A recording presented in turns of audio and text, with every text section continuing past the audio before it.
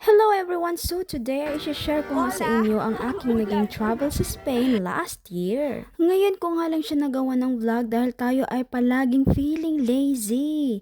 Anyway, dito nga sa Romania, ang mga OFW ay mayroong 21 days holiday with pay depende sa agency ninyo.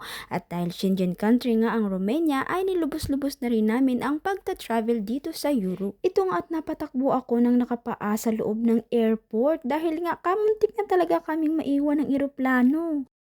Buti na lang ay nasurvive namin ng aking Madam Jovi. At ayan nga, sobrang saya nga namin at hindi kami naiwan ng eroplano. Hola! Welcome to Madrid, Spain! Bumiyahe na naman kami papunta sa uupahan naming apartment. At dito nga kami nakahanap ng apartment. Hay, sa wakas, makakapag-relax na rin sa haba ng biyahe. Ito nga at una naming pinasok ang kusina dahil excited na kaming magluto. At dahil isang linggo nga kami dito at kailangan naming magtipid, ay nag-grocery muna kami para di kami bumili ng pagkain sa labas. Sobrang saya ko talaga dahil ang dami kong nakitang mga fresh seafood dito sa Spain.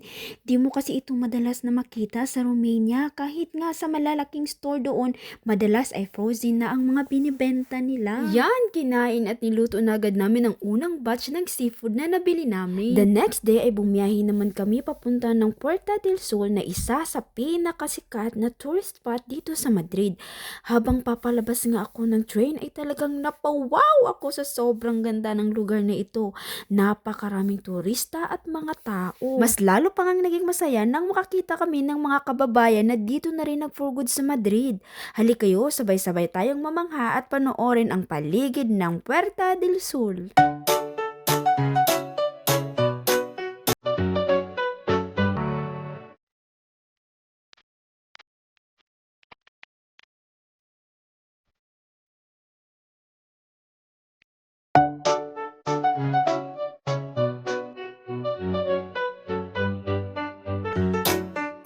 Oops, paalala nga pala na ang ibang mga mascot na ito ay humihingi ng bayad lalo na pag alam nilang naka-video ka at kinukunan mo sila ng larawan.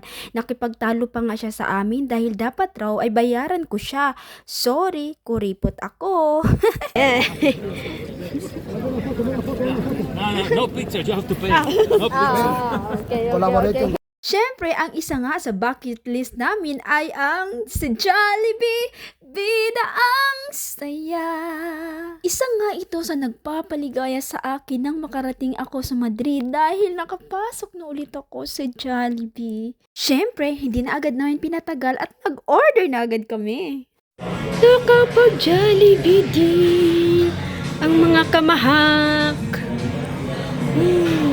Tapos nga namin kumain ay gumala na naman kami at dito nga ako napamangha dahil sa sobrang ganda ng nakapalibot sa akin. Papasalamat talaga ako na nakarating ako ng Europe dahil dito ko lang talaga naranasan ang i-enjoy ang bawat biyahe ko. Minsan napapaisip ako na sana kung magkakaroon lang ako ng chance, nakarating na sana ako ng Europe nung bata-bata pa. Ganun pa man ay ni-enjoy ko pa rin ang bawat moment na nandito ako sa Europe.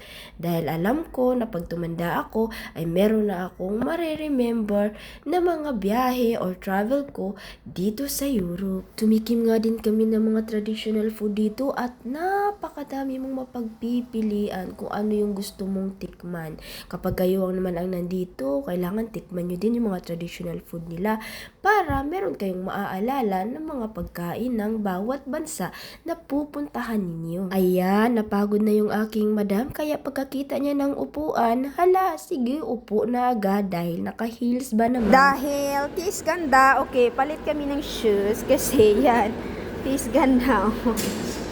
So, palit kami dahil hindi na kaya. Mahirap talaga mag-tis ganda, guys.